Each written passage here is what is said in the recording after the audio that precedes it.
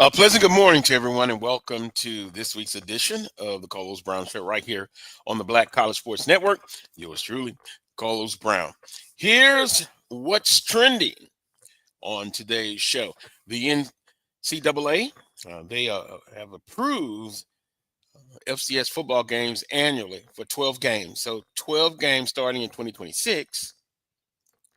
Football programs will have the opportunity, if they care to, play 12 football games. Also, which SWAC football program do you think will take advantage of this opportunity? You don't have to have 12 games. You don't have to play 12 games, but we'll throw it around. We'll speculate which SWAC football programs you think will take advantage of the opportunity.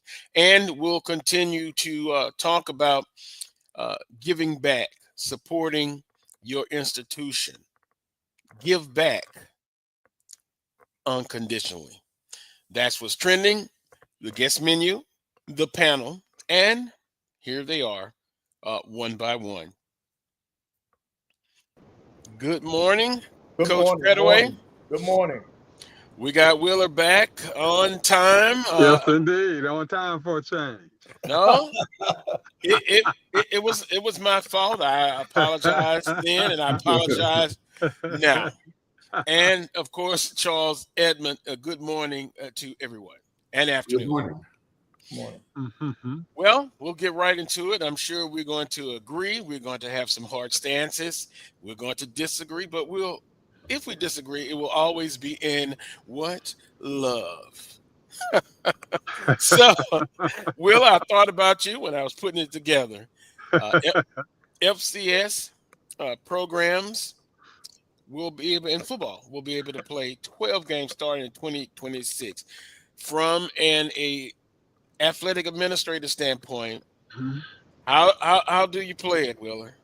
Well, the goal, Carlos, is to maximize your revenue sports. And anytime you get an opportunity to be able to do that by playing that 12th game, you want to do so. You definitely want to look into it. Now, I would think that the majority of the schools would be on board with it. If I was in charge, and I'm not, by the way, but I would look at eliminating the SWAC championship game.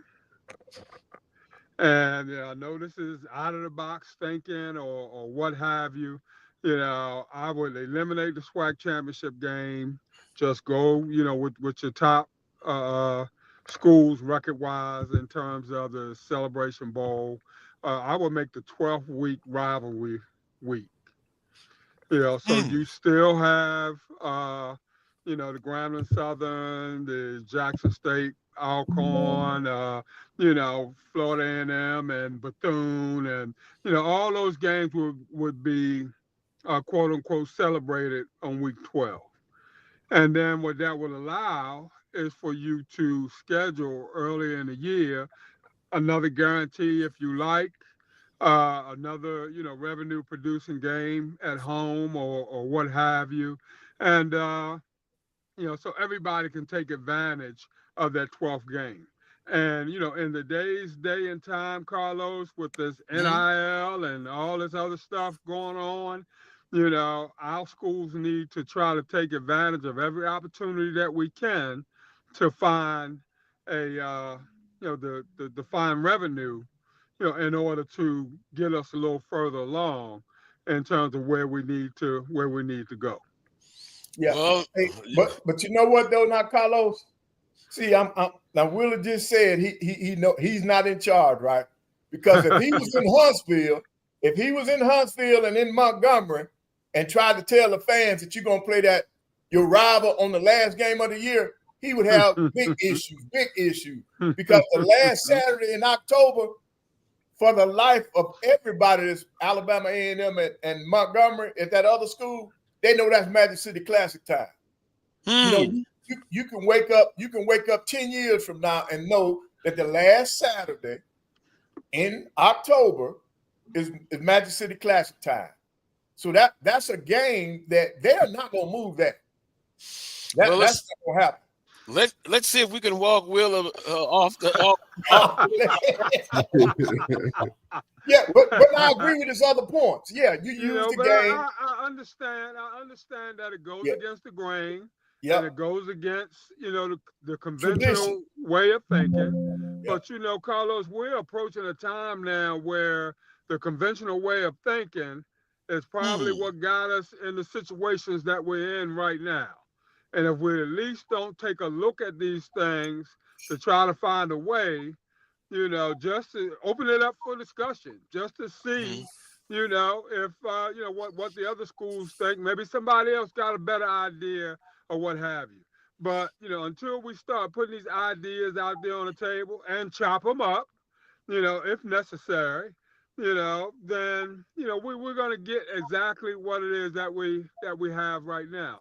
And Coach Pettaway, it could be a thing where you could keep your traditional dates. Right, yes. But, that last game of the season would definitely need to be a conference game. Right. Because in my mode of thinking, if you do away with the SWAC championship game, then you want the conference games to mean something. And that means that going into week 12, you want that week 12 game to mean something for everybody. Well, Willa, you've done a great job of getting the chat room excited. Not that they are not excited day after a holiday.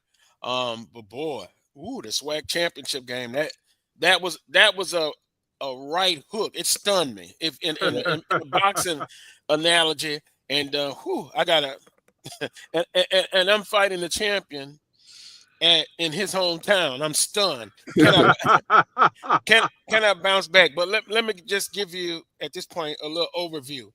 FCS football programs will officially move to a 12-game regular season schedule in 2026. And then here's a more detailed breakdown. Permanent 12-game schedule. The NCAA Division I Council has made the 12 games regular season as a permanent fixture for FCS football starting in 2026. Now, here's some more breakdown. It says, with this change, increased scheduling flexibility.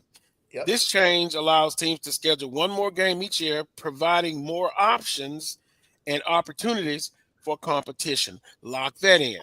Standardized start date. The FCS season will begin on the Thursday, 13 weeks before the FCS championship bracket is released, which is the Saturday before Thanksgiving.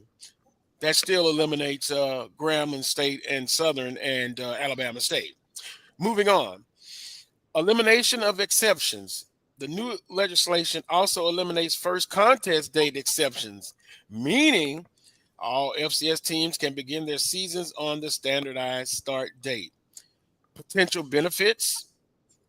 This change could lead to increased revenue for some programs, as well as more exposure and opportunities for FCS players. Exposure, opportunities. I'll leave it at that. Carlos, how many teams play 11 games?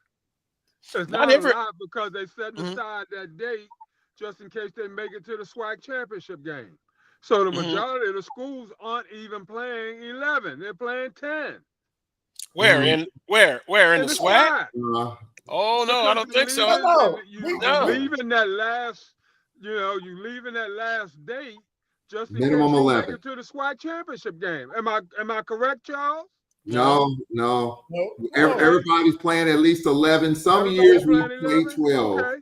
So yeah, most of us are playing 11, and now you have this opportunity to play 12. I think Carlos. So the SWAC championship game is exempt. Then that's what they're saying. I don't know if it's exempt. No, it's not one of the 12. Yeah, it's not in the 12. The SWAC championship game is a postseason game, so you're playing. So it's considered a postseason game. Okay. Right. Okay. Some years in the past you can play 12 regular season games. Some years you can play 11 regular season games. Okay. And Charles, excuse me, I'm sorry about that. You don't have to play 12 games permanently. Right. And there are some cases where teams didn't play 11 games, but for the most part, they did. Go ahead, Charles. Yeah, I was going to say that this ruling, I think, favors teams that are interested in going to the FCS playoffs. And I think you have another opportunity at those other conferences, and they focus on the FCS playoffs because they don't have a conference championship game or a celebration bowl. So I think this is what this is. Those other conferences that you want to bolster your resume to try to make the playoffs. You got one extra game, you got one extra opportunity to do that. But as far as the SWAC is concerned, Wheeler, I mean, with all due respect, the SWAC championship game is at the higher seeds campus. We played in the first two of them against Southern University, made a boatload of money, and I think that concept is going to continue. I think and that's okay, and that's fine. That's fine. What I'm stating is that a conversation needs to be had. Because you want a situation where more than just two teams are reaping the revenues, are making the money. And if you can get it in a situation where it's spread out a little more, okay, then that helps the valleys and maybe some other schools who haven't seen a SWAC championship game since Hector was a pup. Well, I think for the SWAC championship game, I mean, I understand the point. You want to spread the wealth, but again, these teams have to do what they have to do to put themselves in position. Definitely, no doubt. And so, I mean, there are some schools that are in better position. Some schools have hosted a SWAC championship game. Some schools have been in a SWAC championship game. But for the others, it's one of those where you have to do what you have to do to put yourself in position to get there. And I do think that some of our schools are in a little bit better position, a little bit better from a coaching standpoint. You talked about Valley. I mean, you talk with Coach Buckley. He says Valley's going to be there. Valley's going to be more competitive than what they are, and which is going to be, I think it's going to be a huge thing. And so I think this ruling helps the other conferences that focus on the FCS playoffs. We don't focus on the FCS playoffs, unfortunately. I get it. I've been to two of them. My school has been to two of them. But I'm saying that it's for 98% of the SWAC fans, they could care less about the FCS playoffs. Florida A&M was in it a few years ago when they played Southeast Louisiana. We know what happened there, and that got the FCS fans nation bragging because they feel like the SWAC can't compete with other teams in the FCS. I mean, we can have that conversation, and it pisses me off because I think we can compete. But, our folks don't focus on the FCS playoffs like that. So I think that's what that ruling is for. You can play the extra game. As far as trying to change the schedule, as far as the SWAC is concerned, we know it's this master schedule where these games have already been slotted. You can I guess make the point of every last week could be a rivalry game, whether it's the Bayou Classic in the last week for Southern and Grambling, Alcorn, Jackson State, the last week of the regular season, but the Labor Day Classics week 1, the Magic City's kind of a mid-season thing or in October. That would have to change. But if you change one game like that, then you're changing other games too. Master schedule set, I think maybe for the next 10 years, for the next 4 years, these games are set. But after that, you could change it around. But other than that, I don't see much changing with that. And I think, Charles, not to interrupt, I think, all your points are valid points. There's no doubt about that. There's no doubt about that at all. And but like I said, a conversation has to be had. It has to be had. It don't hurt to talk. It don't hurt to criticize ideas or what have you, that sort of thing and stuff. But the ADs, they got to put all the options out there on the table. And if you don't put it out there, I mean, it may be a way for it to work. It may not can work. And if not, then fine. Nothing ventured, nothing gained. But we gotta find a way to close the gap.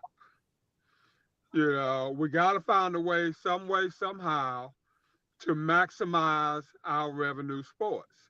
And with the scholarship numbers going up and all this sort of thing, every opportunity that we can take in order to bring a few dollars into our program, we need to look at trying to find a way to get it done. And, no knock against Valley or anything like that. Bottom line being, you can bring in Vince Lombardi Okay. If the resources don't change, Yep. the results are going to stay the same. Yep. And then you're going to get the same revolving door that you've always gotten. You know, everybody is in an uproar, and we all feel good about our teams during the summer. And right before the season starts, we feel good about the recruiting class. Alums feel good. Everybody feel good. When you start to put the rubber to the road, you know, and reality starts to set in, the same problems that you've had historically in the past, they rise up, you know, and they continue to bite you in the butt. Right. But now I think having the 12th game is great. I think all schools should take advantage of it. You look at week 0, just start your season a week earlier, play the game. But Carlos, I'm like this now. Just because you have that game, it doesn't automatically mean you're gonna make more money, because if you don't get the right opponent, the fans still aren't coming out. That's true. And if you did not get the right opponent for that 12th game, your fans are still not coming out to the stadium. Mm-hmm. So matchups are key. And I think in your traditional games, like the Magic City Classic, the Bayou Classic, Turkey Day Classic, those dates are ingrained. Those dates are there. I don't see those institutions changing those dates, whether you add a game or not. They add the game, I think they'll either put it on the front end, or like you say, Wheeler, they'll put it on the back end. Mm-hmm. But playing another game at home does not automatically mean that you're gonna have revenue. There's no doubt about that, Coach Pettaway. No doubt about that. Well, you know, it's another game for sale. Correct. Well, what I did, I know how my opinion is. Charles, you said unfortunately our fans are not interested in FCS. I can only speak for myself. Who cares? That's basically. Now, if you, and I've said before, now if you want to be past SWAC good, you can schedule these teams home and home during the regular season, if you care to do so. But I took all of the emotion out of it. Doesn't care what I think. I just asked somebody who's going to make the schedule for a certain institution, and this is what he texts me back. Good evening. And please let me read the whole thing. Good evening. We are excited about the 12-game passing starting in 2026. It gives us a little bit more flexibility and stability in some aspects to see how we want to tackle guarantee games. Now let me stop right there. Some of our people will definitely try to go up and get that guarantee game. You know it's going to happen. You know the people of influence. So again, I'm going to take the motion out of it. Doesn't matter what I think. We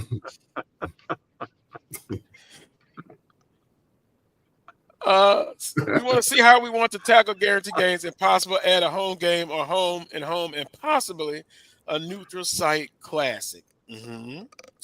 Still have to be careful how you schedule and to make sure you still build in your bye weeks. You don't want to be top heavy on the front or the end and have the team run down during conference games, because the conference games are already set. Right. You know, this is more of non-conference. Mm-hmm. But I feel it will help balance out the schedules, because it opens some dates for future game. This person has taken a wait and see approach. Attitude. Yep. He's trying to see a balance, and that's what I look at as far as that. Now, what programs will be interested in having a 12 game annually? Here now we can speculate, right? Mm-hmm. We can speculate. Jackson State, I believe, Ashley. A chance I'll get to see him in July 16th. I think they will take advantage of it. Again, you don't have to. You can stay at 11 games if you want to. Grambling State. Speculating again. Yes. And I think it will. Yeah, I would say too. And I definitely will ask them when I see them in Birmingham. Alabama A&M. I believe they will take advantage of it. Yes. Prairie View. Probably, yes. New coach, new attitude, quote unquote, that sort of thing. And he's full of attitude. He's tough. Yeah, he want to roll. He want to roll with the big boys, and so yeah, he gonna throw that fish hook out there and see what he can bring back out the water. So far it looks like most teams will take advantage of 12 games. Arkansas, Pine Bluff, Texas Southern. Again, we can't speak for them, but we're speculating. I will say Alcorn. If I'm speculating, I'm gonna say Alcorn probably not. What? I would agree with you, Charles. I would say probably not. I don't. I think they will. I bet you they will, man. No. I think the only way that I mean, so your 8 conference games are already set. Mm-hmm. All right, so you got 8. You got your games that you're contractually that you're playing. You're playing up. This year is Mississippi State. Next year is USM. The following year is Ole Miss. I think with that plus our built-in bye week, the only way I see us adding another game, it would probably be playing down, maybe a D2 or Tuskegee. I'm just guessing here. Mm-hmm. And that would be a home game, or probably not even an FCS game, because an FCS game, you're probably going to be a home and home in that. That means the revenue is you packing your stadium. We all know where that's going to go. So if I were to take a guess, and I'll ask our AD about it, we'll be talking at media day right off the bat. We're going to bring that up. But if I were just to guess, I would say Alcorn no. We're probably good with where we are with playing 11, and let's just roll with the 11 unless it's an Ohio State $1 million payday in addition to the other FBS game that we're going to get for a 12th game. That's about the only thing I can see. So I would say no as far as Alcorn goes. Wow. I'm not shocked. Yep. I would be shocked if they don't play it, Charles. I wouldn't be shocked at all. I wouldn't be shocked. Yeah. Tough times at Alcorn. Let's just be honest. Yeah, one of the smallest budgets. I wouldn't be shocked. Oh, someone says please no D2 games. No, it depends on the opponent. That's not true now. I think it depends on where you're from. If we were to play Tuskegee or Miles, it is a payday. If you play Tuskegee or Miles at Alabama A&M, that is a payday. Come on now. Yeah, I agree with that. And you know, we talk about this added game. So our fans would love to see a Marino Castle Classic on Labor Day weekend at Spinks Castle Stadium. That I have heard fans for years talk about that, and we haven't done it. It's been talked about. That would be something that we could do. You know, other than that, you know, if you're talking about playing another type of opponent, FCS home and home, that's what you're going to get. That's the only way I could see that happening, a 12 game for Alcorn. Other than that, I just don't see it. I just don't see where it was the benefit of making a ton of money in this extra game unless you're going to play up again. This for the second time in the season. That's the only way I see it happening. Unless you get $1 million golden parachute from Ohio State or Alabama, whatever the case, I don't see it. For Alcorn, I can't. Now I think the big boys. I think the Alabama States, the Bramblings, the Southerns, the Jackson. I can see that. I can see it. But the other schools, I think it's going to be a harsh conversation. Does your coach want an extra game? Unless it's just a money game that you just can't turn down. If Texas Southern plays Texas Tech, if that's another game they can get $600,000, I could see that. But other than that, I think it would be, you know, a hard sell for the other programs in the conference. And Carlos, you bring in a D2, you're going to have to pay them. There's no doubt about that. That's exactly right. You know, and if it's not an interesting D2, you know, like for, you know, Coach Pettaway and them, you know, if it's not a Miles or not a Tuskegee, that sort of thing, you know, the crowd may be liable to be scarce, you know, so it's going to cost you more to have the game overall, you know, than it is, you know, for you not to have the game. And from an administrative point of view, you definitely got to look at that. So you can't just have a home game for the sake of having a home game. You got to look at the possible draw, that sort of thing. You know, so I mean, all those things have to come into play. You know, if it's not going to be worth it financially, you know, then why do it? But I think, you know, 9 out of 10 coaches probably want to play that game. Coaches want to play. They want to play. You know, they want to play football. Kids want to play football. You know, so any opportunity you give them to play an extra game or what have you, you know, they're going to be excited about it. They're going to jump at it. You know, from an administrative point of view, you got to look at all avenues, all facets, you know, of the game in order to decide whether or not it's going to be feasible. In other words, you've got to do your research. Exactly. You got to have a plan.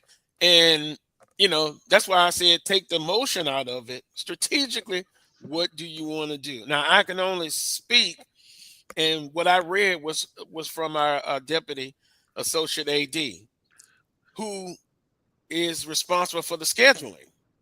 So I went straight to the source. Right. And so he in the text message, it didn't seem he was committing one way or the other, or perhaps it gives them the possibility, the flexibility to schedule a 12 game, but you got to be smart about it. So if those are, and Charles, you bring up an interesting point. We've had this discussion for many years, FCS playoffs. And I also was looking at the news, some of the other FCS conferences in football, they are looking at adding an extra conference game. So like the SWAC, what is 8? Some are looking at 9. So your opportunities for non-conference games, that's basically what the 12th game will do. Some will want the payday, the big paydays. As I've said before, it's like manna coming from heaven. With some of our people, they love it so much they want to play that. Then you hear the argument, well, if you do a home and home at FCS, they don't bring any fans. I could give a you know what about if they come. Our people need to be in the stands. That's right. Right? You know, and right. I look at it that way. And then I can go back in history. Alcorn's playing Northwestern State on a Thursday. Mm-hmm. When Coach Richardson was the coach, Coach Pettaway, they started out, they signed a series to play Northwestern State. That showed you where you were. Some people say, well, it gets you ready for a conference. But that type of game, it just showed you what you were made of. The first game. And that game set the whole season for Southern University. So from a competitive standpoint, Wheeler, you know, you want to play those type of games. But and I'm going to throw this out there, Carlos. Mm-hmm. If you're a competitor, you know, you want to play against the best. You want to test yourself against the best. Mm-hmm. You know, you want to line up on Saturday, you know, against the All-American guy or the all this guy or all that guy, you know, especially if you're in the trenches. You know, that's what you live for as a lineman. On the offensive side of the ball or the defensive side of the ball, you know, you want to test yourself against the best that's out there. You know, so that means we got to play up. I'm looking at that as the ultimate challenge. You know, I want to go against, you know, Big Hands Johnson. I want to go against Too Tall Jones. I want to go against these guys, Harry Carson. I want to go against these guys. You know, that's how I tell, you know, how much salt in my tank. You know, or do I got a full tank of high test? You know, and if I get my behind beat, then so what? You know, but I want to test myself against the best. Right. And then also, no, Wheeler, that also is what the scouts wanted to see. That's right. No doubt about it. They wanted to see you against the best. Those are the films. Those are the games that they came to see in person, or that's the film that they asked for. That's right. That's right. Mm-hmm. Yeah. Well, you know, that's very interesting. I'm seeing some of the comments coming up. One was that Pete Richardson had nothing to do with the schedule. Well, we kind of know that. It's the ADs, but I go back to that Northwestern State game. That was a good series. And let's just be frank to some of the points that you're making. Before that first game, people were like, man, we're playing Northwestern State of the Southland. Hey, Wheeler, if we're close in the fourth quarter, we may have a shot. Guess what? That game wasn't even close. Matter of fact, Southern won the first few games of the series, quote unquote, because we're in the SWAC. We don't play that kind of football. And that's why I was so glad that they played it and they won. Now, to your point, yeah, being a competitor, you want to play these type of games. Now, we've also had about, God knows, about FCS and the playoffs. And we know certain schools, they rely on their big games, Coach Pettaway. Right. Grambling and Southern, the Bayou Classic, Alabama State. But everybody else is eligible if they want to participate in the FCS playoffs. Charles, I remember, and I got to do this. I remember talking to you years ago. I believe y'all played McNeese. And you remember that? You got trounced so bad. Charles, you were so disappointed. You say, we don't need to play these type of games no more. Now, I believe you have changed your mindset on that. Playing the McNeese is because all corners played them and beat them. Mm-hmm. So to Wheeler's point, I agree with Wheeler. If you're a competitor, Coach Pettaway, you're a competitor, you want to play those games. I'm just saying you play those games in the regular season if you don't want to or you can't go to the FCS players because, as Charles said, most of our fans could care less about playing.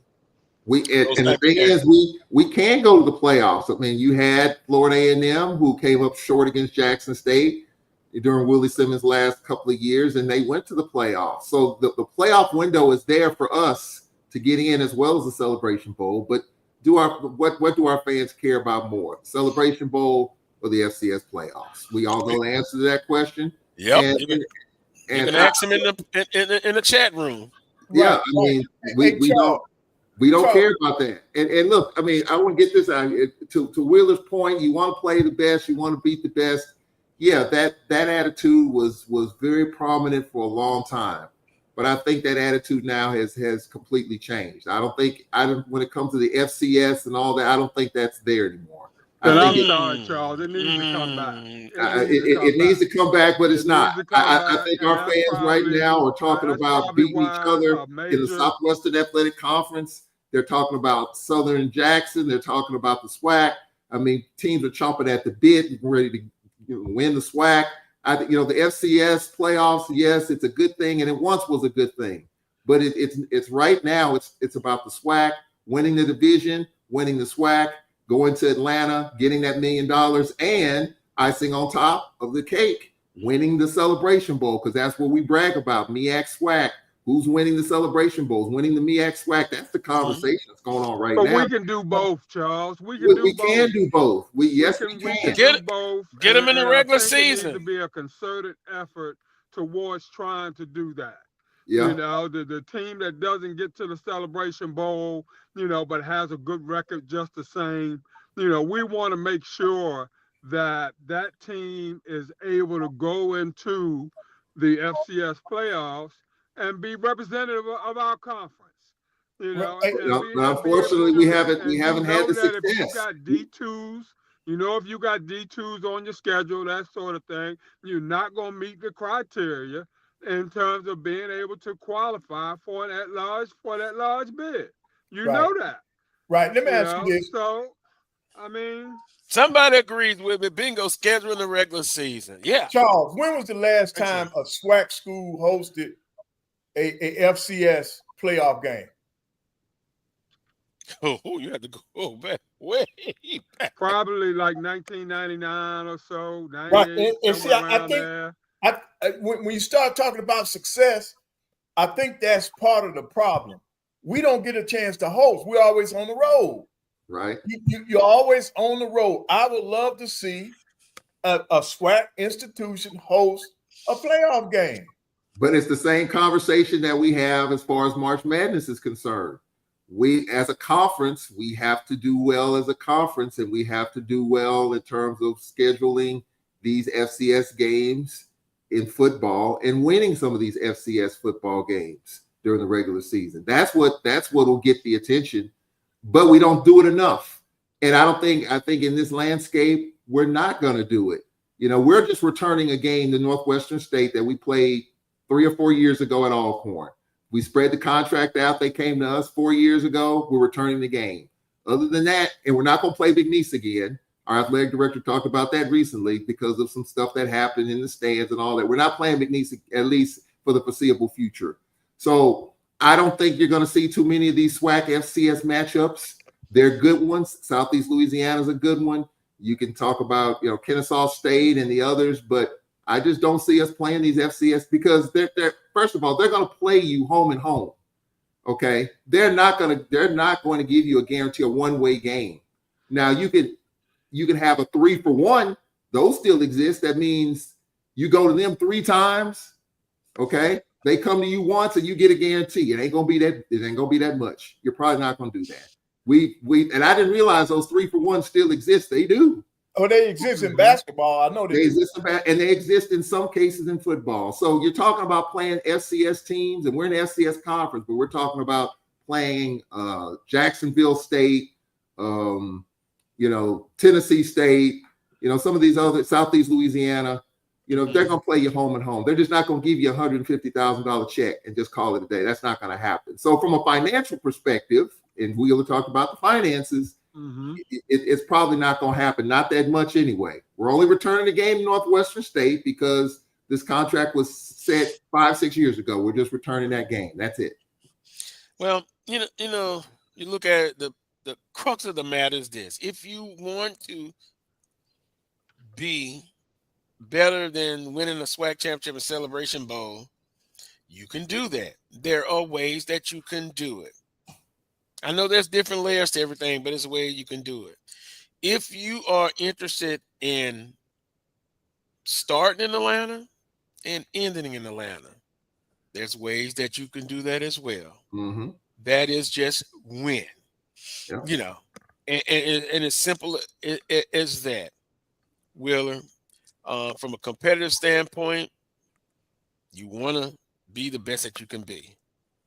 And in my opinion, I don't have a personal problem. I don't have a problem with playing those games in the regular season. Southern played Nickel State last year. We saw what happened in that game. And one thing I will give Prairie View, they've played those type of games over the years. In some cases, every year. Were they successful? More so no than successful. But they played them. On that note, we've got to take a timeout. We are well overdue. But before we take our timeout, just want to bring up the advertising opportunities here on the Black College Sports Network. Football season is coming up. You can advertise with the Black College Sports Network. You see the information right there. Because simply, we can't do this without your help. So, football season's coming up. We can get to argue about who's going to be best. We can argue about who's going to be predicted to finish. All of that good stuff. But to do that, advertise with the Black College Sports Network. And as I often have said, no one can tell the story like we can. We control the narrative. So please advertise. We'll take a timeout, and when we come back, we kind of gotten 2 topics out of the way. That is FCS. Now you can play 12 games, and then which programs will take advantage of that? And you see how that layered off into different layers. So when we come back, it'll be more of the Carlos Brown Show right here on the Black College Sports Network. We shall return. I'm returning to Clinton Parish, and Tampa's my community. I grew up here, went to school here, and my wife and I make our home here. What makes Tampa special are its people. So when I represent someone injured in my community, it's personal. Call my office and speak to a real lawyer and not some referral service. I will fight the insurance companies to get the settlement that you deserve. At the law office of Clinton Parish, we take the pain out of being heard.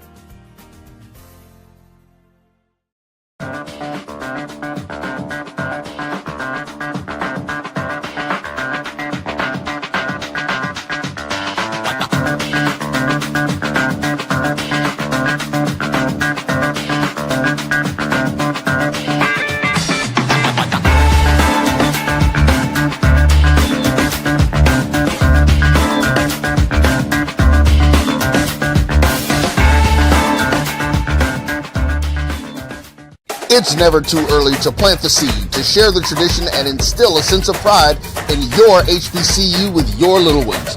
HBCU Pride and Joy Children's Boutique helps you share your school spirit with a wide selection of adorable kids apparel and accessories officially licensed from your favorite HBCU.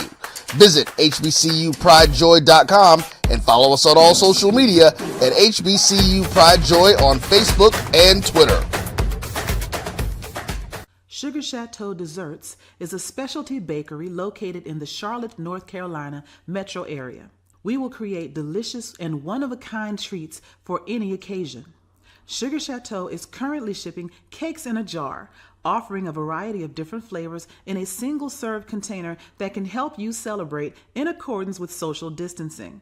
Place your orders today by calling 803-526-7895 or visiting sugarchateaudesserts.com. You're looking for the latest information on Southern University sports, the Southwestern Athletic Conference, and HBCU athletics. There's only one place to go. Tune in to the Carlos Brown Show, exclusively on the Black College Sports Network. Attention football fans. The Cricket MEAC SWAC Challenge kickoff is back in Atlanta on August 23rd. Representing the MEAC, North Carolina Central, and representing the SWAC Southern. Join us at Center Park Stadium for a full day of tailgating, football, and bands. For more information and tickets, visit MEACSWACChallenge.com.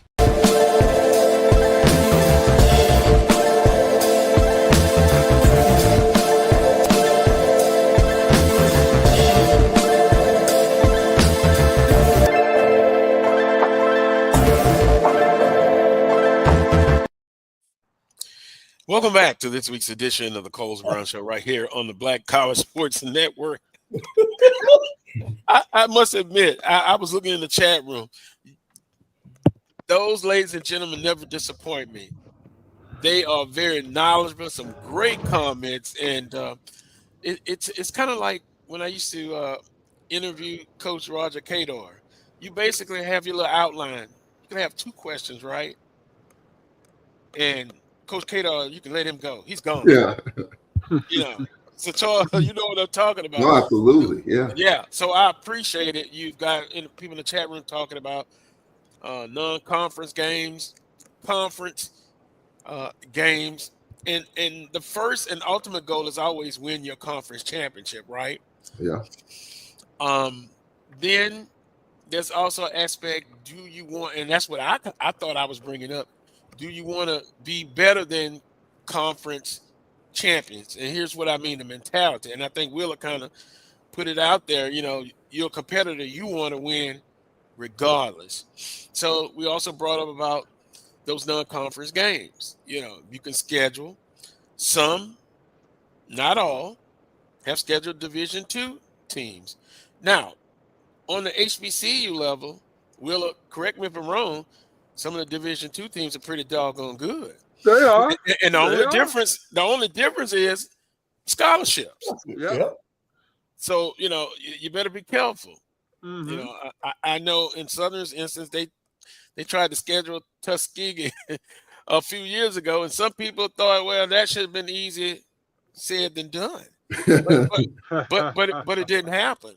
Do you think that would have been at that time, and it was about 6-7 years ago, Tuskegee was pretty good on the Division II level, so it would have been a competitive game. Then the panel brought up about you have to pick the right opponent when you're doing this.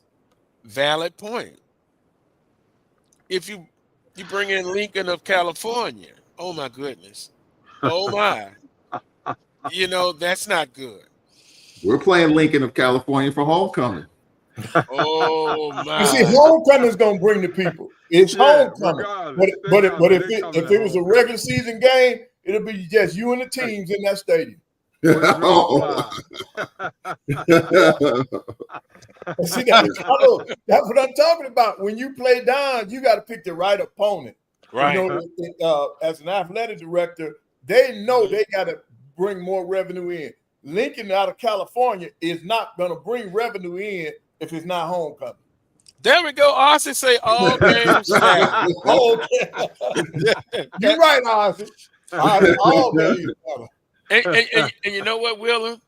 and I think me and Charles had talked to this before. In the state of Louisiana, you got Southeastern, Division I, but FCS in football, Nicholls State, McNeese, Southeastern.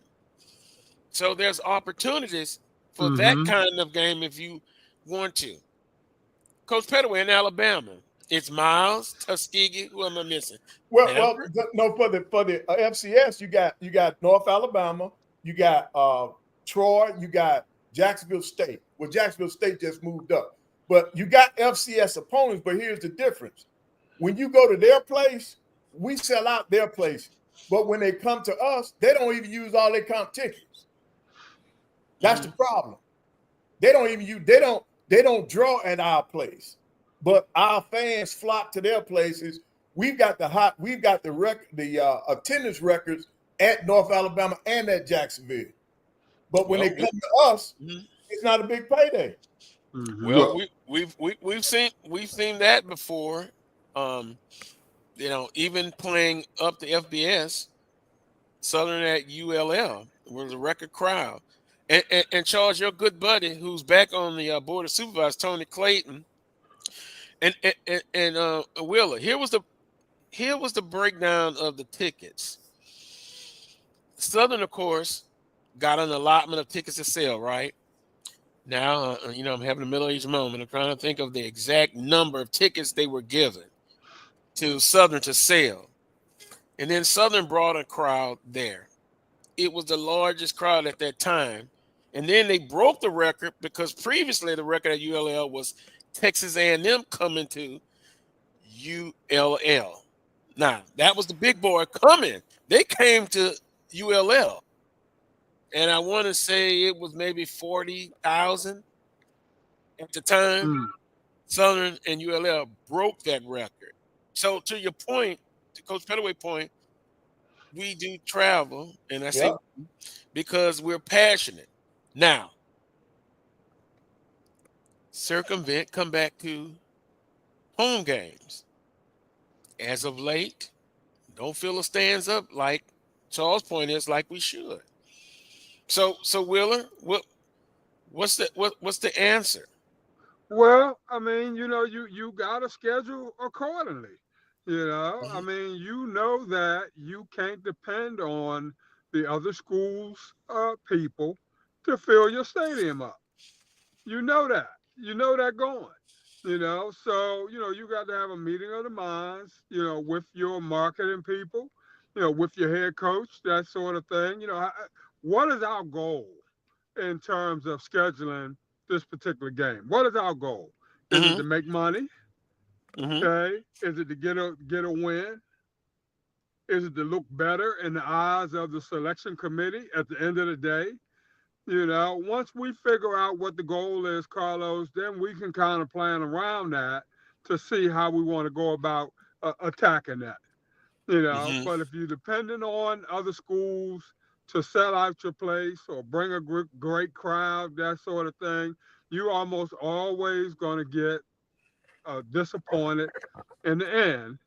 If it's not one of those blue bloods who historically bring a ton of people to the game. Well, Wheeler, let's stop right there. By you being from the administrative side, here's another side that maybe I want to see if you had to deal with this, consider this. I remember years ago, somebody on the board of supervisors at Southern University was happy that a Southern, which would have been a home game, and Charles, you know where I'm going with this, moved the game to Jackson State because they could make more money, right? But the business people and the legislators were angry at Southern University for moving that game.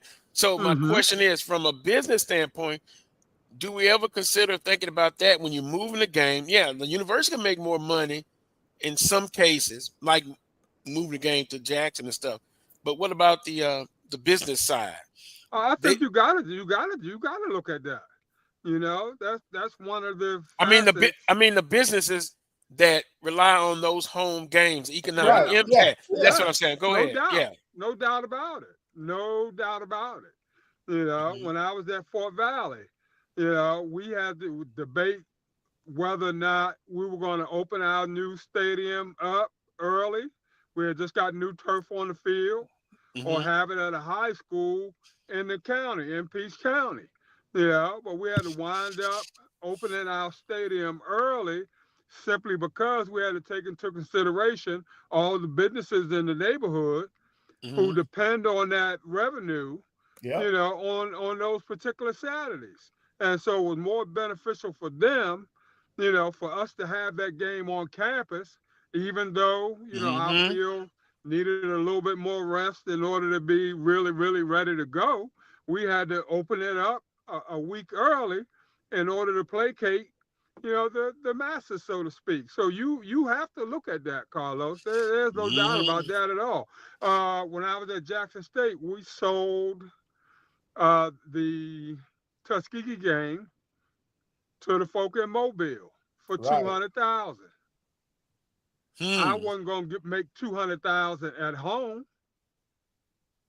And we still had, I think, 4 or 5 home games. So moving that to Mobile, gave me $200,000 payday. They paid for rooms and meals and transportation, and so I came out like a fat rat on that one. Now the alums weren't happy. Right. Okay. Tuskegee beat us by 2 points. They definitely weren't happy then. And but at the end of the day, that was a financial decision that needed to be made.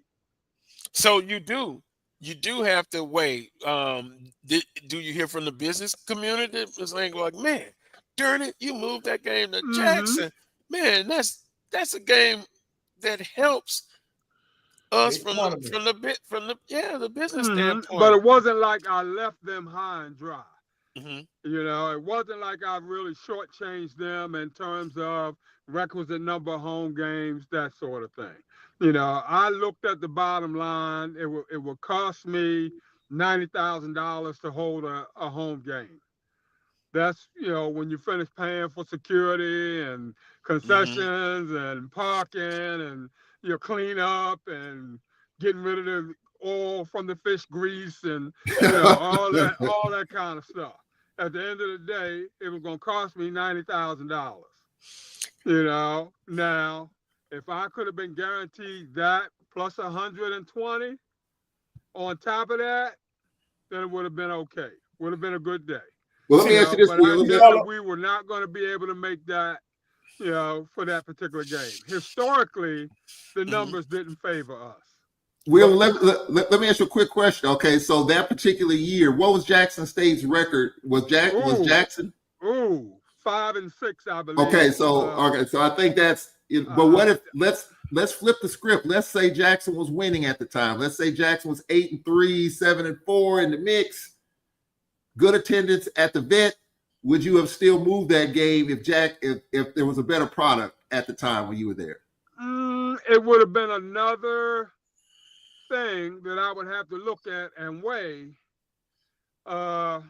in terms of juggling the pros and the cons. So part of me probably would have said, let's go on and keep it at home, but at the same time, my mindset, and maybe incorrectly, was hell, I ought to be able to beat a D2 in the parking lot. Yeah. But you know what? And so I was a little disturbed behind the fact that, 63 to 36, I'm talking in terms of scholarships now, that we failed to deliver the W regardless of where we played that game. Right. So somebody might have said, well, we'd have played it at home, we'd have beat them. I mean, hell, you beat them anyway. Right. Anywhere.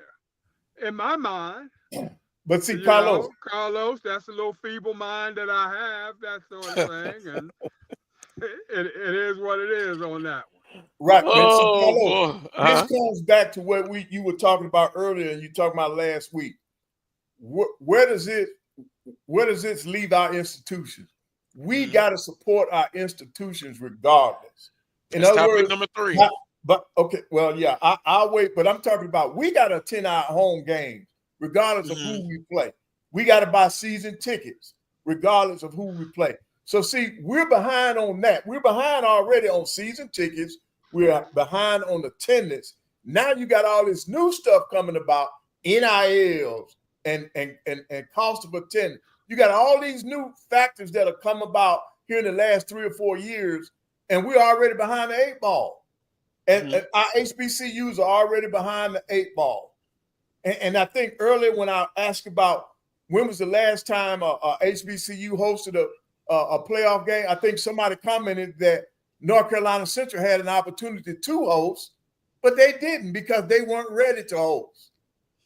So see that all of this. And you have to pay. You also have to pay, Coach. I think based on what I've read lately, I think you have to pay the NCAA to host. So there's some money involved with that as well. Yes, you got to bid on it. You got wait a minute, hosting a playoff game, right? You got to bid for it. FCS playoff game. Oh yeah, don't let me. I don't want to go through that again. Because and that was one of the big things. The argument was, you had to pay the host, then they control the paraphernalia that is sold there, and so from an economic standpoint, that made sense for Southern and Grambling to not go to the playoff. But let me do this. And Carlos, they don't necessarily control the paraphernalia. It's got to be licensed. You got to be selling. They get a cut of it, right, Wheeler? Huh? The NCAA gets a cut of it. Of license. Yes, they do. Yes, they do. Guarantee. Yeah. So included in the guarantee is all their pockets are not empty. No, ain't gonna be empty. That's why they're the NCAA. Oh, look at that. We got Coach Graves weighing in now. Yes, it costs. That's right. So all of that being said, if it costs to host, knowing our attitude about the FCS playoffs, then no, it does not. You're talking about playing a game in December, late November, weather. We're not really interested in those kind of games anyway. And I hate to say that, and I really, really do. I really do. But it's just not efficient for us. Yes, from a competitive standpoint, I love when we're playing a McNeese. I love when we play a Northwestern State, even though they were winless last year, but still normally Northwestern is a little bit better.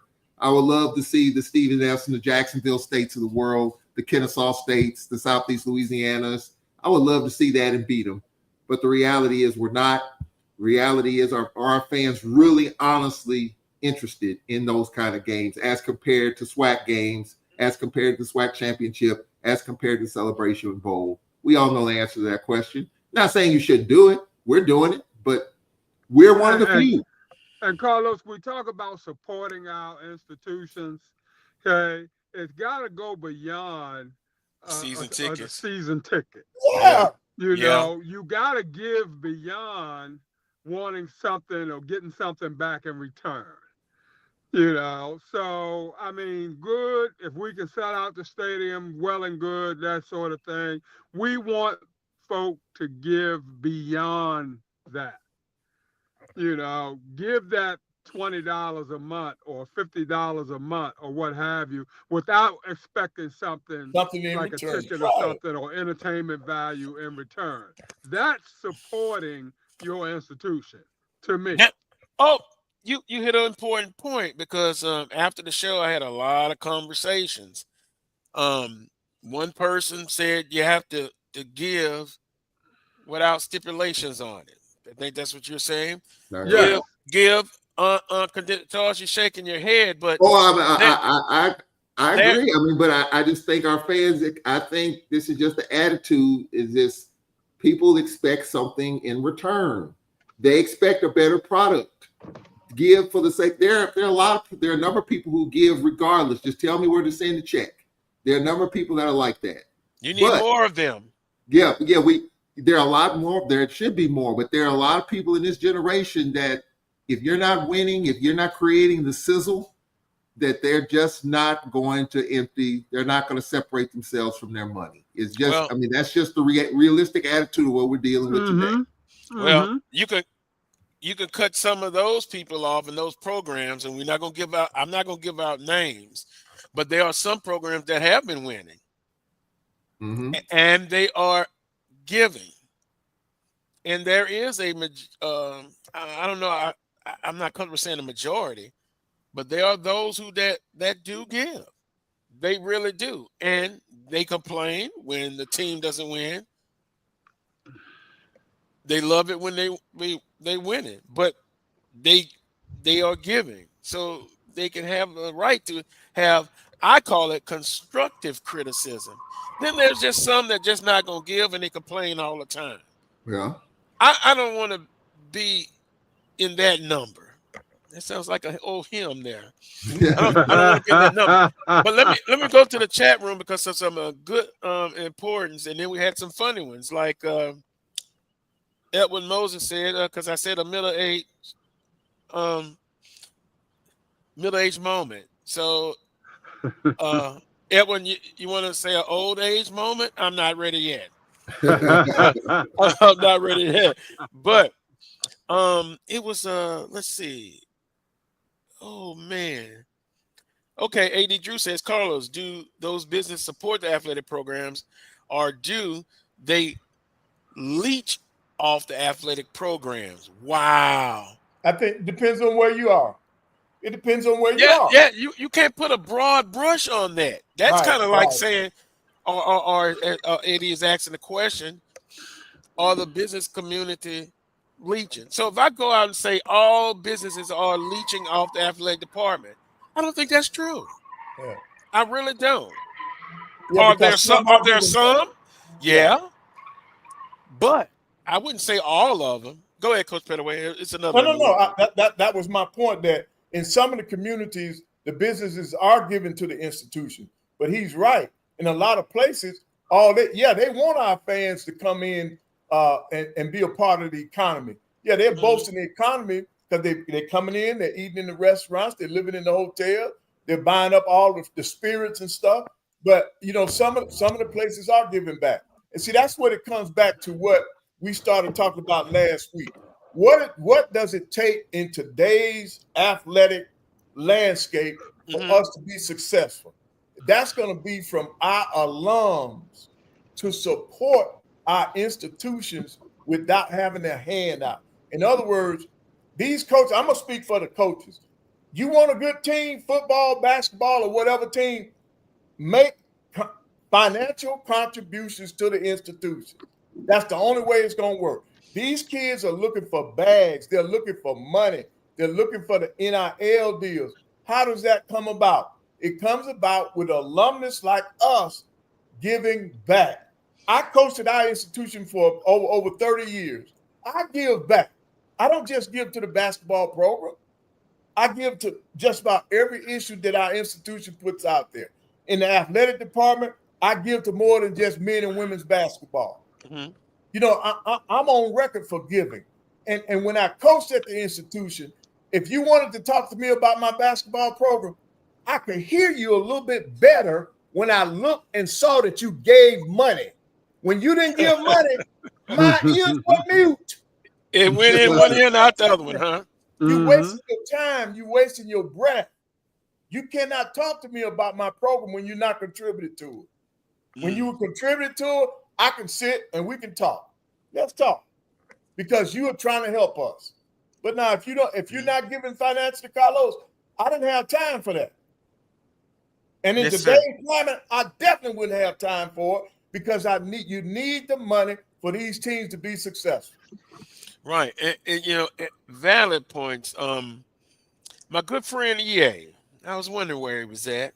The great FAMU alum, he says, Carlos, the majority of those businesses don't invest in the HBCU.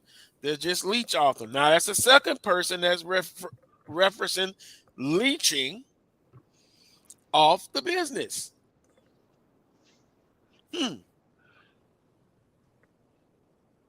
Again, I'm not saying that there are those that do that, but call me naive, I guess. Call me crazy.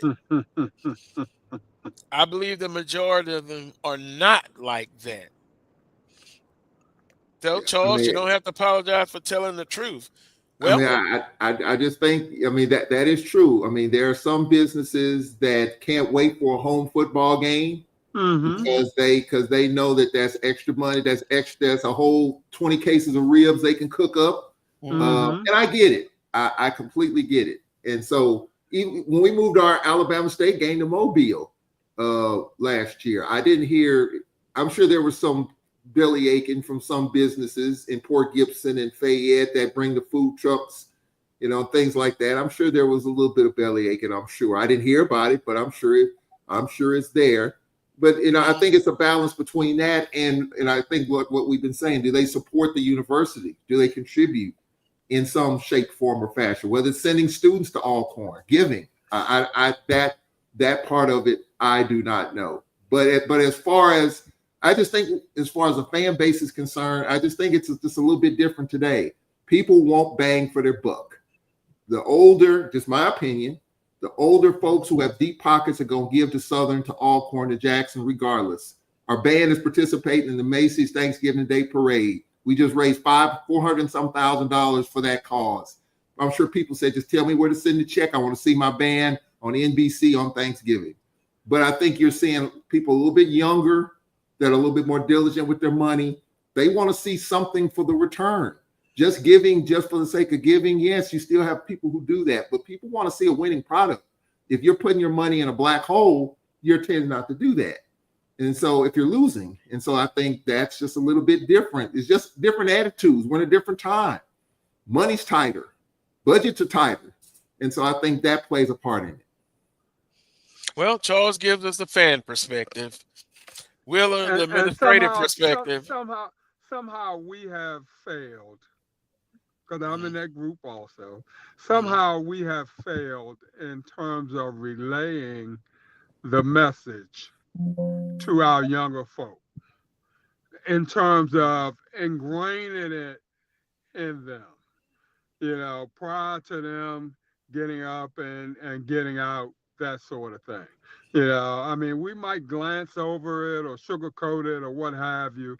How many times do we have that serious conversation, or have we had that serious conversation with our folk, of another generation, in terms of, look, this is the way things need to go. This is something we really need to take a hard look at, that sort of thing. I think we kind of try to lead by example, which is well and good. My son or my daughter sees that, I'm doing this giving and all that sort of thing. But when do we actually sit down and have that in-depth conversation about how important what we're trying to relate to them is? And I think that kind of makes a difference. And I get off my soapbox now. Well, no, it's not so off your soapbox. We're discussing. We're having a conversation. It's at the end of the day, we still have to do what's right. And we started last week talking about what can we do to help. You put it on the chalkboard, student athletes. That's one. That's who it's about. And their experience as they matriculate through college. Because when they leave, then if you've done a good job, they're gonna give, and they're gonna give back. And I understand the fan perspective. And years ago, on local radio, I said, "What does the average fan looks like?" And we put some information together. We didn't do a feasibility study, but we kind of came up with the average fan. And I wonder how true it is to now in 2025. That the average fan at that time was middle-aged. They had gone to college and graduated, so they're giving back.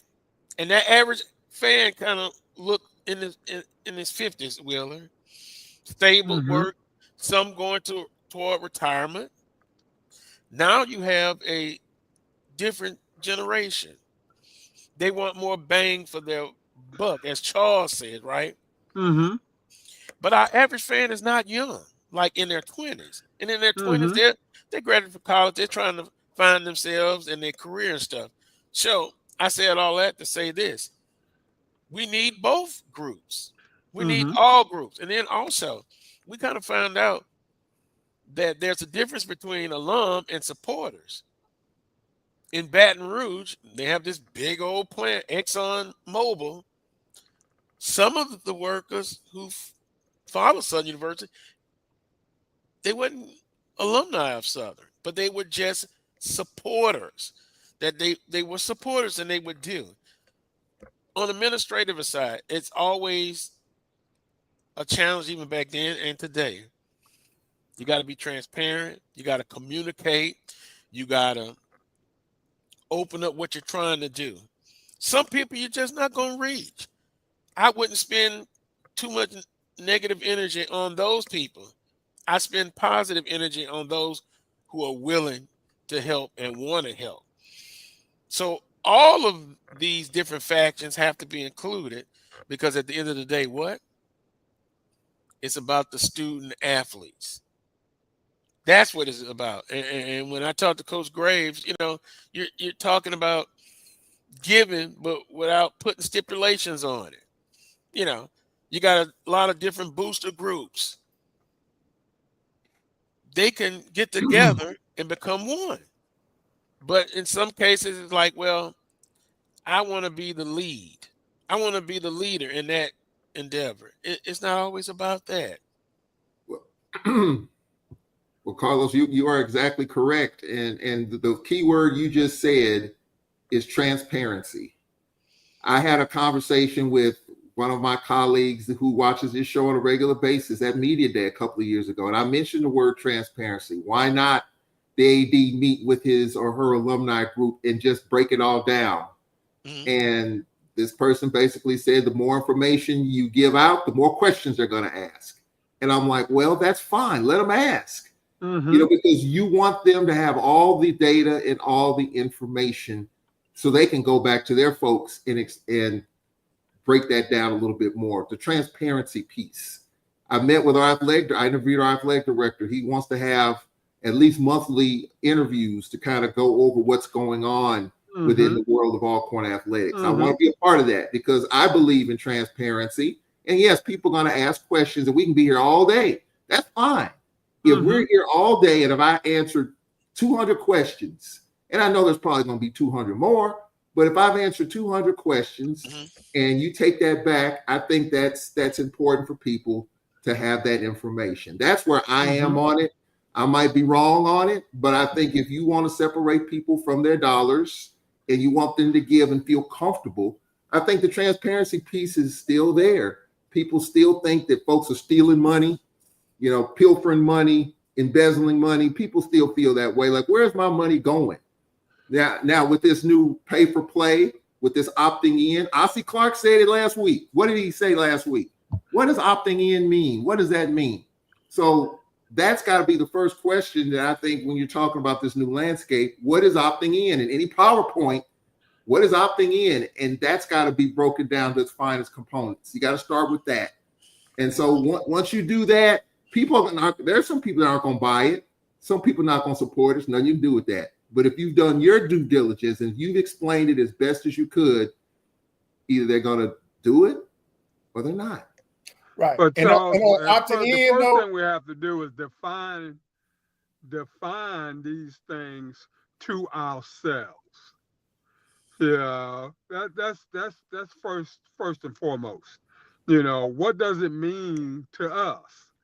And then we got to be able, like you said, to articulate that, to put that out there, sit as long as it takes, like you just said, answer every question that's out there, that sort of thing. And you got to do it often, and, you got to be, like you said, open and honest and, just let people know, period, where we're coming from, right. What the pitfalls are. Right. And then on that opting in, I think this week we shared an article about the one of the Dakota football teams that has won multiple national championships. Did you see what that coach said? He believes in opting in, but it doesn't mean that they got to give all those scholarships. He thinks it'll be detrimental. It'll be detrimental to his program to give out that many scholarships. He has a proven formula of how to win on the FCS level. He's done that.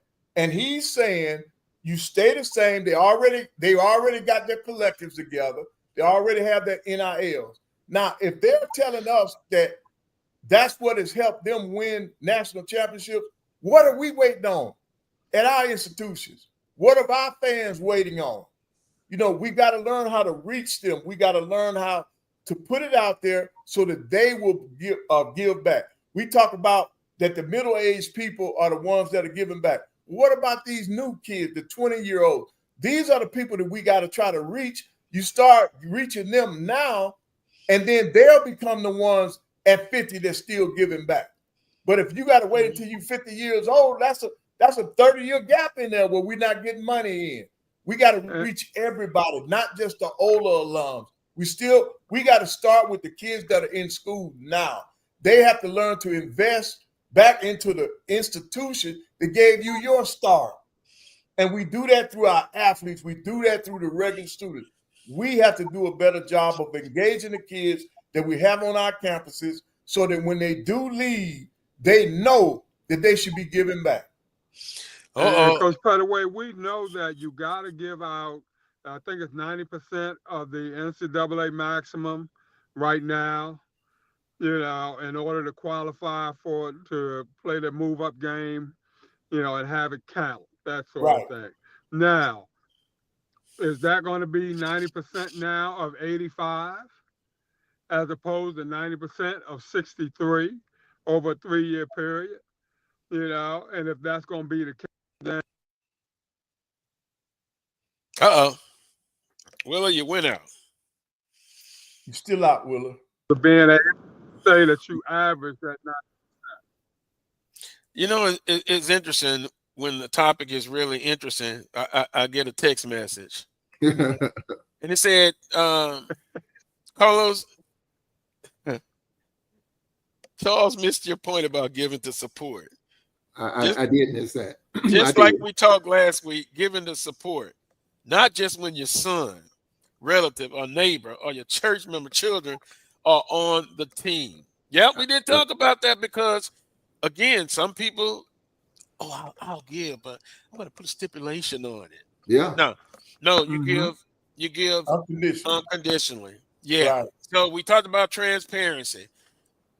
That has been a problem in the past, but now we got to connect all of the dots and the layers, and you get into that room and you work it out, as Willa said.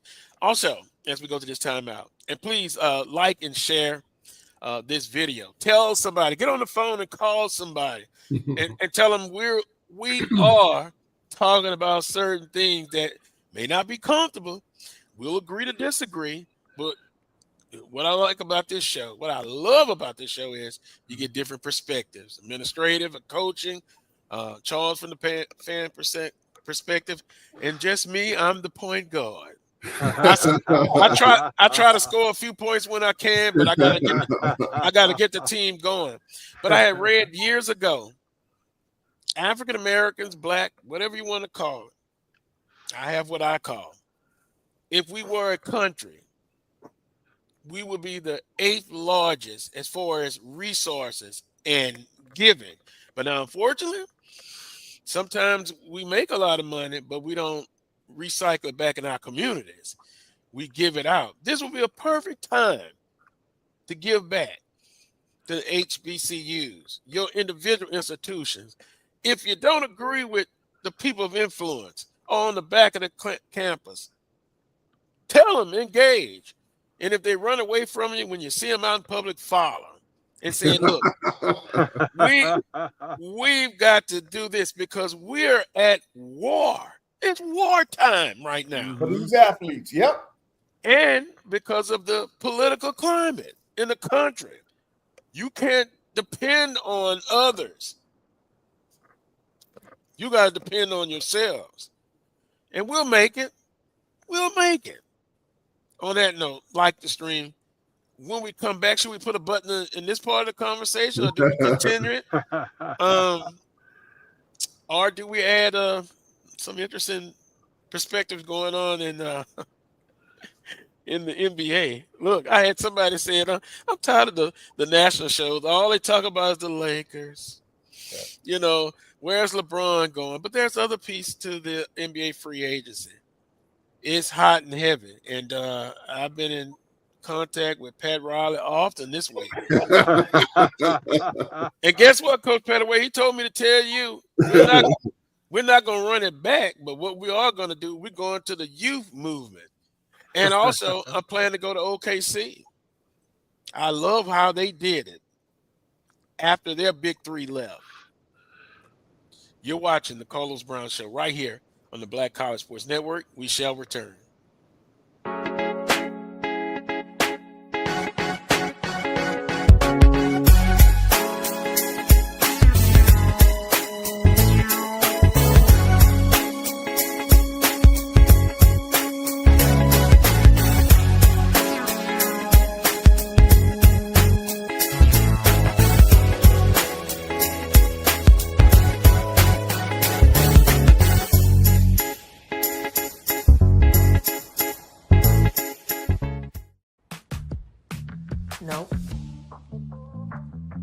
Nope. Come on, him? Ooh, I like him.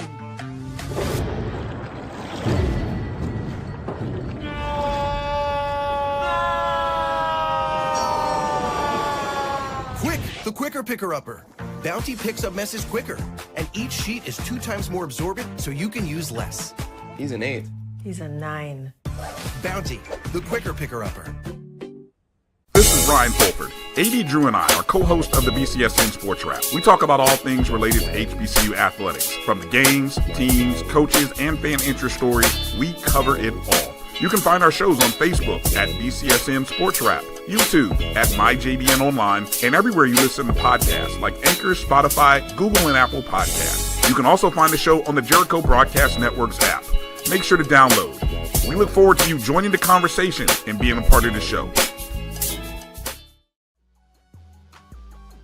This is the Dean of the College of HBCU Sports, Kenyatta Cavill of Dr. Cavill's Inside the HBCU Sports Lab with Mike Washington and Charles Bishop. Come mix it up in the lab where the course lecture is in session every Tuesday from 6 o'clock p.m. Central Standard Time on Facebook Live, YouTube Spreaker, or the BCSN app.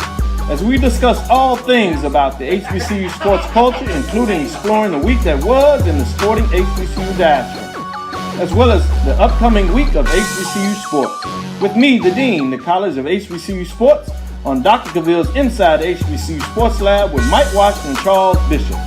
Course lecture dismissed. Football fans, HBCU football is back in the ATL with the Cricket MEAC SWAC Challenge Kickoff. Representing the MEAC, North Carolina Central, and representing the SWAC, Southern, Eagles, Jaguars, the Marching Sound Machine, the Human Jukebox. The kickoff trophy is up for grabs, and bragging rights are on the line. The rivalry is real. Bring the family and join us pre-game for the fun-filled Coca-Cola fan experience, including band jamborees, food, activations, and fellowship. For tickets and information, visit MEACSWACChallenge.com.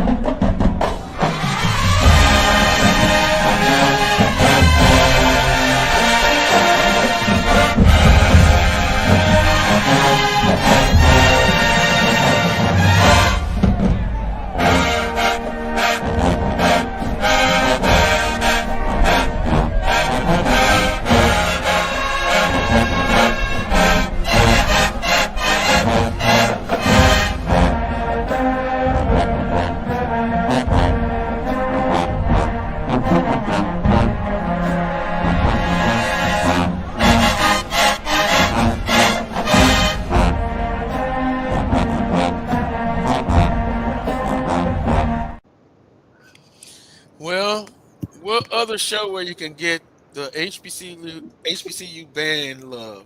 Look there. I could just have the jukebox on all the time.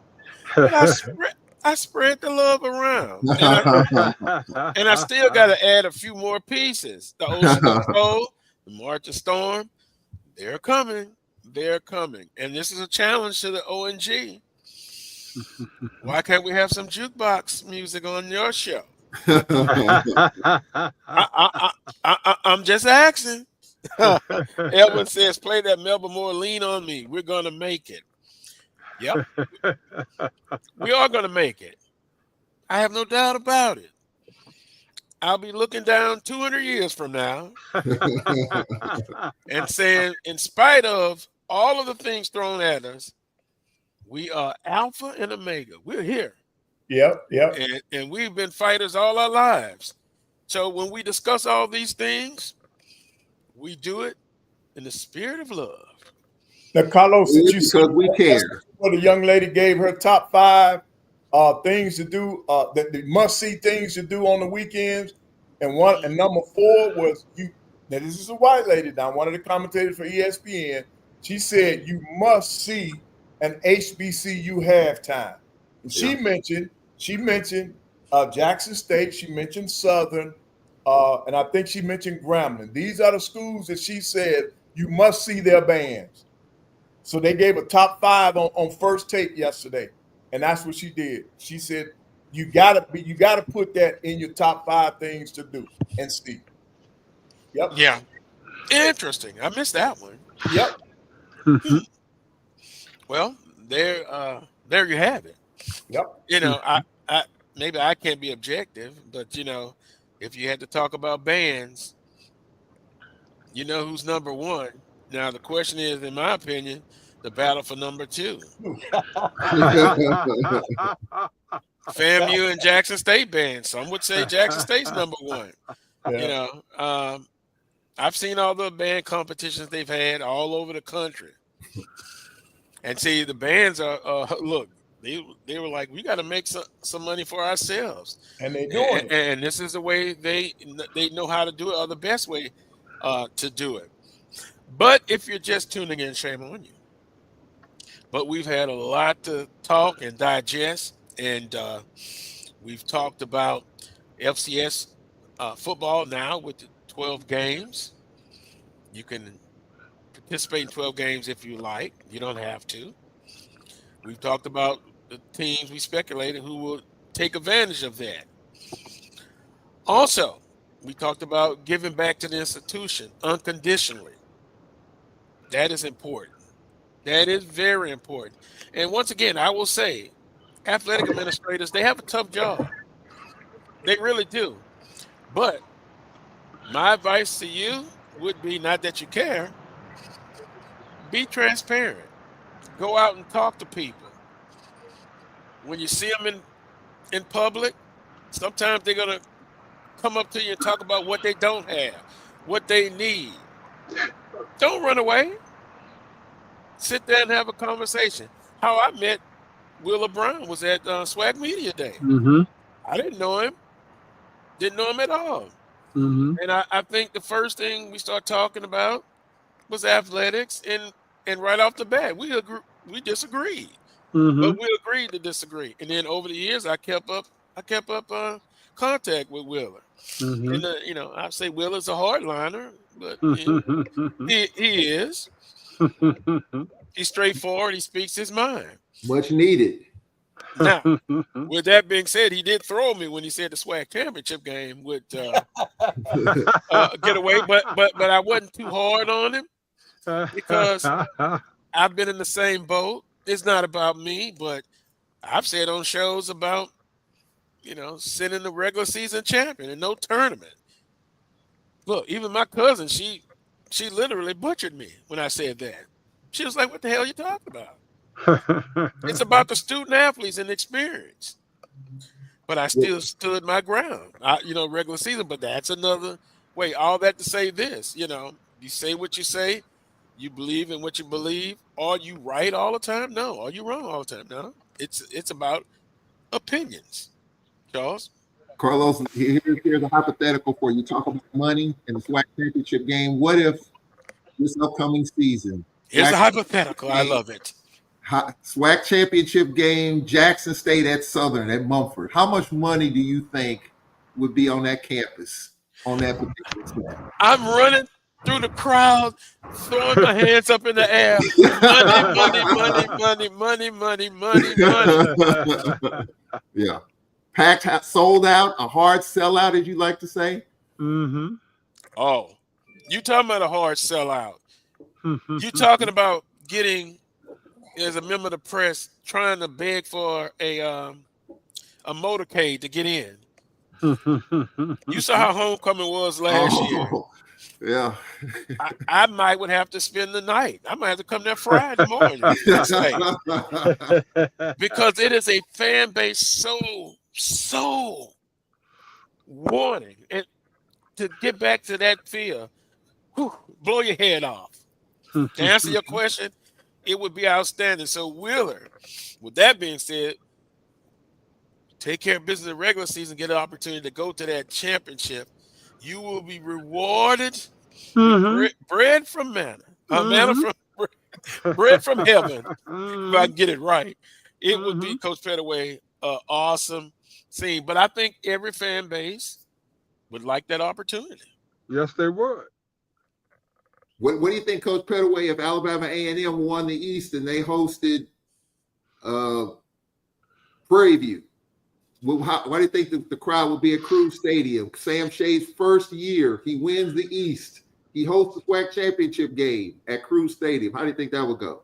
Well, our fans are so hungry for a championship, they would be there in mass. I would be there. Tailgating would be overflowing. Our people would support it. They would be there. We love Would it be a sellout?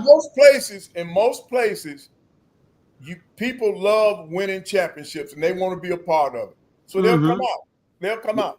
Would they sell out Cruz Stadium, you think? Or would it be so overwhelming? I don't think it'll be a sellout because of PV. PV is not going to bring enough to sell it out. Uh-oh. I would think Alabama and them fans would be heck with that. Yeah. I'm going to be there. I may not be an alumni, but I'm going to be there. This is such good news. I'm going to be there. Right. And see, it's going to go back to Carlos. Like, just think about it when Dion was still in the SWAC. What did he say? Every home game should be like homecoming. Those are the type of crowds we should have for every home game, regardless of whether or not it's homecoming. Homecoming should be for every game.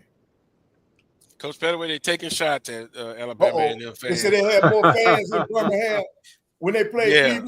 I don't know now. I was there. I don't know about that. I don't know about that now because I was in the house. And you know, they did bring good continue though. To piggyback, a couple of weeks ago, I wonder where it started at. We were talking about rivalries. You remember that?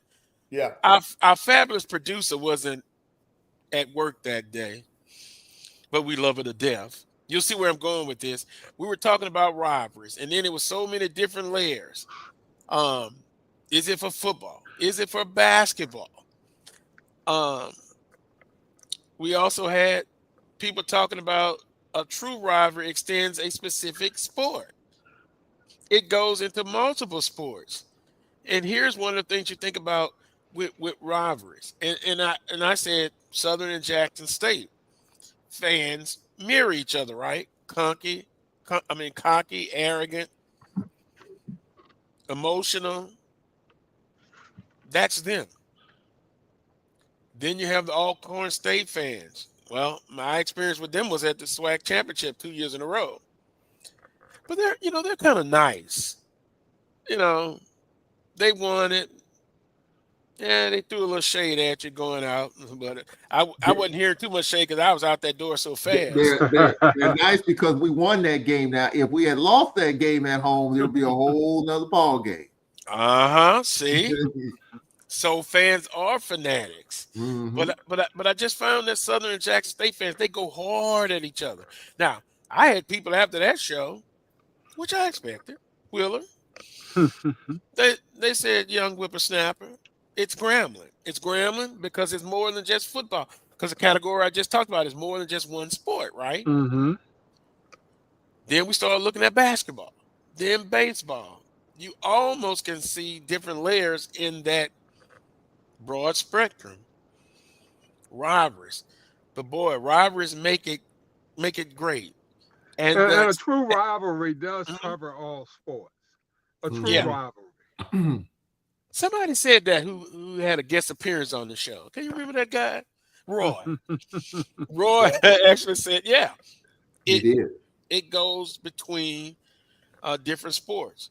Mm-hmm. Then I believe Dr. Cavill added, well, you can go back and look at how long in time do you want to go back as far as rivalries. You know, you can go in the 70s, the 60s, the 50s. Then you had the Eddie Robinson era. Yeah. And what he did, but Eddie Robinson wasn't the only just great coach. You know, you had some gifted coaches. And I'll tell you one experience I met. He was over a program that used to just kind of give Southern the blues in the 80s, in the late 80s. And when I met him, I was like, now this is an older guy, but didn't have a touch of gray hair in his afro, or semi-afro. Know who that guy was? W.C. Gordon. Oh, boy, tough in the 80s, in the early 90s. Then came Coach Pete Richardson. Success. So we've always had success. We've always had iconic figures. We've always had good coaches. Basketball, Coach Pettaway, thanks. You sent me the email about the National High School, and I want to get with you so we can kind of talk about that. Right. And on the YouTube was David Whitney. Still the same, calm, business-like, and I listened to him speak. So we've always had those type of people. Always. So our legacy is always there. Now we just got to harness all of that. And now we're in 2025 heading this way. How can we give ours the tools that they need to be successful? And that's what it all ends up in the nutshell. Different layers to this. It's not one factor. It's not one solution. It's multi-factors and multi-solutions. Yeah. I guess I got off my soapbox. All you can do, Carlos, is much needed. I think our fans and our alums, they got to understand what it takes now in today's athletics. It's different. It's different from when I coached. You know, I left in 2011. It's totally different. Yeah. You know, everything has changed from practice to how you get these kids in and everything. And if we want to be about our athletic departments flourishing, then we got to be all about supporting our athletic departments. And that comes with the financial piece. It takes more than you just showing up for a game for our athletic departments to be successful. And I think that's what our fans have to understand. And our kids have to understand that if you're playing for the bag, okay, ain't no need in you coming to our school. If that's what they're going to be a deciding factor in terms of whether or not you attend an HBCU, who got the biggest bag, you know, my thing is almost, you know, you need to take that somewhere else. You know, we're not going to be in a position where we're going to offer the same kind of monetary incentives as the PWIs. It's just not going to happen. You know, so you know when you walk in our door, okay, that you're going to have to accept a little less, you know, but you're going to get more in terms of the learning and the camaraderie and, you know, all the pageantry that goes along with being an HBCU graduate. You know, you can't put a price tag on that. And that's what we have to continue to try to sell our kids, you know, who are tunnel-minded in terms of, you know, I got to go with the biggest dollar bill, you know, that sort of thing. Yep, because at the end of the day, in talking to several coaches, you still have to coach them up. You still got to develop. And Charles, that's what you gotta remember about that. Oh yeah, I mean, look, all of our ADs are, most of them going to be a media day in 11 days or whatever, however long it is. I think that's going to be a question. I'm going to try to talk to as many ADs as possible about the selling point in this new landscape, because I think, getting their word out, our AD, to see what everyone is doing, what is it going to look like? What is it going to look like now? What is it going to look like in the future? I think that's key to kind of get the word out for all of our ADs to see what they're doing. I know everybody's going to be a little different, a little turn of the screw here, left or right, but I would like to see or hear the game plan from our ADs going forward, because I think that's going to be an interesting conversation. Yeah, just sit down and talk. Whoever wants to listen, talk. I still say the best way is to talk. Look, where I work, they know Mr. Brown. Man, he talks to everybody. Yeah. I enjoy it. And so it'll be interesting coming up July 16th. Coach Pettaway, are you gonna be able to make it? Yeah, I'll be there. I'm coming down that morning. I'll be there.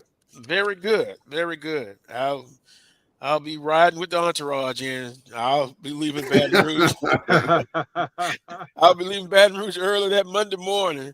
And but it's going to be a good thing. You get a chance to talk to everybody on the network here. The 16th, right? Yeah. Some I haven't seen since last year. Some I hadn't seen in a couple of years. There is a strong possibility in a rumor that our producer extraordinaire may be on site in person.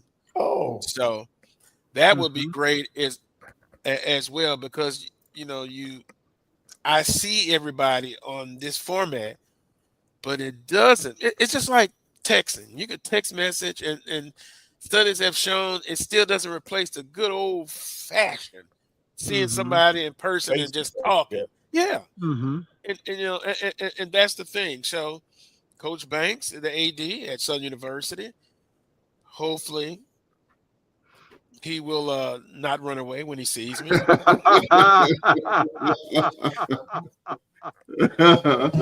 ain't running from you, Carlos. He running from the Carlos Brown contract. Oh, well. And speaking of contracts, did we mention? I think maybe we did. I'm not sure. Purview and them, they chose to go in another direction with a baseball coach. And if we did talk about it, I can't remember. And I'm still going to say a middle-aged moment. They haven't hired anybody yet, have they? No, I don't think they have. Okay. Seems like that, AD. Golf, man, he's putting his own twist. Yeah. In that department. He's made a couple of hires already. That's another part of the thing, Wheeler, when you're from the administrative standpoint. It's a tough job, and you have to do some things that are not popular. But again, in the broad spectrum of things, be outgoing and transparent with people. And then don't just wait sometimes for people to come up and ask you. Be proactive. Get out there and say, look, we're going to have this meeting. We want to tell you what's going on. The state of the basketball program under Coach Vann Pettaway. That's how you do it. Yeah. Well, I like Dr. Paul Bryant. He was at Grambling for a New York second. I hate that he left because I think what he's doing at A&M and what he did at Edward Waters, he was going to do it for Grambling, but there was some discrepancy there, so he got out of there. But I thought he was really good at Grambling. He was good at Edward Waters, and he's really good at A&M. I think he's really transparent. He's smiling and all that, but I thought he was kind of laid back and not as intense. But someone who's worked with him has said, man, that man wants to win. Don't let the smiling fool you. He wants to win badly. But I think I just bring him up because I've known him a little bit, and he's doing a really good job there. Coach Pettaway, I think they had a program last May in which they raised like $975,000 for scholarships. Right. I think that's a good thing. I don't know if that's for athletics or for the whole university, but I like what Dr. Bryant is doing. Young, just seems to have a great personality, outgoing, and I think he's got a program too in which he shares a lot of stuff. Right. And see, I think one of the things that has made him successful, he relates to the younger crowd, man. Yeah. He puts together, he has done an outstanding job since he's been on our campus. I mean, you look at everything from the reshaping of the athletic department, man, to bringing in new coaches to head these different programs, man. He's out there, he's engaging with the alumni, but he started with the younger people, man. He started with the younger people. He has an open door policy. He listens to the different alumni groups and stuff. And so he's out there. He's all about winning. And then I think Alabama A&M just did what some of the other SWAC programs are doing. He is now the VP for athletics. They've made him a vice president. Right. And so that's the norm. You know, that's the norm right now. But I can't say enough about how he's elevated our athletic department and the profile of Alabama A&M athletics. Well, Coach Pettaway, much is given, much is expected. Yes. I'm not gonna bring up a 2-year contract. That's you shouldn't bring that up at this point because he's out there, he's doing all of the things needed to be successful. Now here comes the question. How soon will he expect returns on his investment as far as the expectations of winning? Well, when he brings you in and he provides you with what you need to be successful, he's looking for that return immediately. And rightfully so. Okay, there are not very many sports at Alabama A&M that are struggling now when it comes to I'm serious now. He's providing them with the resources and the manpower that they need to be successful. So he, along with our president now, they expect our coaches, our teams to win. Our president does not mind letting the student athletes know that. All you got to do is attend one of the doggone banquets, or I'm sorry, they don't call it banquet anymore, but the gathering of the athletes in the springtime. Our president, not the AD, the presidents let our student athletes know he expects us to win. And when he says win, he said he wants championships. Oh, boy. You sure he doesn't know me? No. Well, it's a shining diamond on the hill. I brought all that up to say I expect big things within a 3-year period, not 2. Right. 3 year. We'll come back and revisit that. You know, Dr. Cavill had a show about ranking the director of athletics, and he gave the criteria. I won't do that because we're not as knowledgeable as doing that. You know, in my opinion, at least from my standpoint. How did he rank him? Oh, I can't remember. Ashley Robinson, number 1. Oh, Ashley was number 1. I remember that. Who was number 2? Was Dr. Brian in the mix? Well, I think Dr. Cavill is watching from on vacation. He'll probably tell us quickly. In the mix? He went in the top 4? I'm going to say he was – I think he made the list. Okay. Yeah, he should. And Jason Dr. Cable was number 2. That's what I'm going to say. Jason Cable should be on the list. Ashley, I think. Dr. Granger. Yep, Granger. Scott. Yep, he should be on the list. They got some great ones out there. I think, believe it or not, now Reggie Thieves is doing okay down there at Bethune-Cookman. Yeah, but you know what, Coach Pettaway? Here we go. 5, 4, 3, 2. I think he would do better if he was doing one thing. Praise him. He's doing an excellent job, but his plate ought to be really full. Just think if he just was able to concentrate on basketball only. Wouldn't you agree that's his expertise? Yes.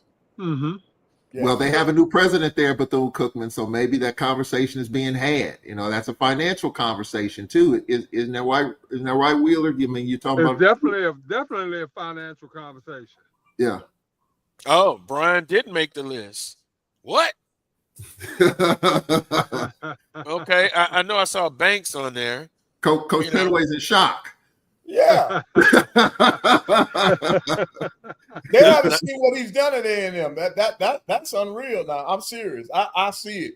The game day experience in football, basketball, and some of the other sports, man, it's off the chain. Now I would like to see, and again, I'll reach out to Dr. Cavill about that list. But it'd be fun to see that list and then compare it to like 3 or 4 years from now. Right. Because some may not even be there. You might have new people that get into the rankings, but it's interesting. I did kind of see it, but I just can't remember all of it. I apologize for not being able to remember it all. We've got about 6 minutes left. Coach Pettaway, yes, sir. We'll put a button in that. Free agency since the last time in the NBA. Last time we talked, so a young man from Indiana Pacers left and went to Milwaukee. Milwaukee's making moves. The national media is still fascinated about will LeBron leave. The Lakers have added a few pieces. Miami has done what they usually do. Undrafted players. No one can say Miami doesn't develop undrafted players better than anybody.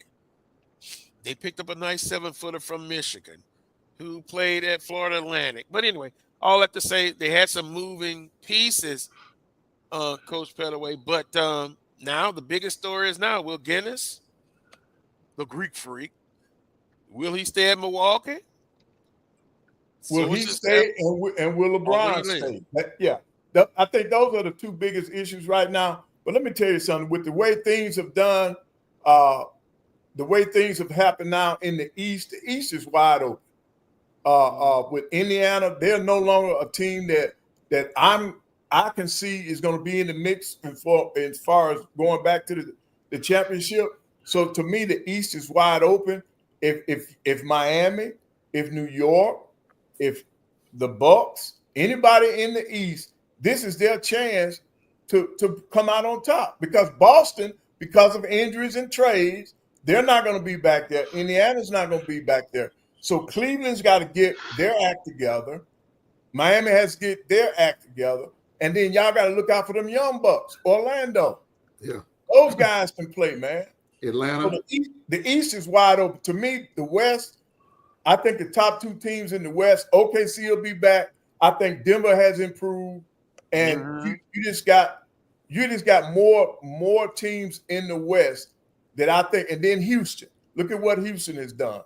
So you got 3 teams right there in the West that could win that championship. Whereas in the East, I don't think you can sit here and say who can win the East because it's so wide open. New York and Cleveland, 1 and 2. Yeah. The rest, those are, yes. Yeah, the rest. In the West, how soon we forget. You make some good moves. Now I hear about Dallas. Houston's made moves. Houston is up to the top.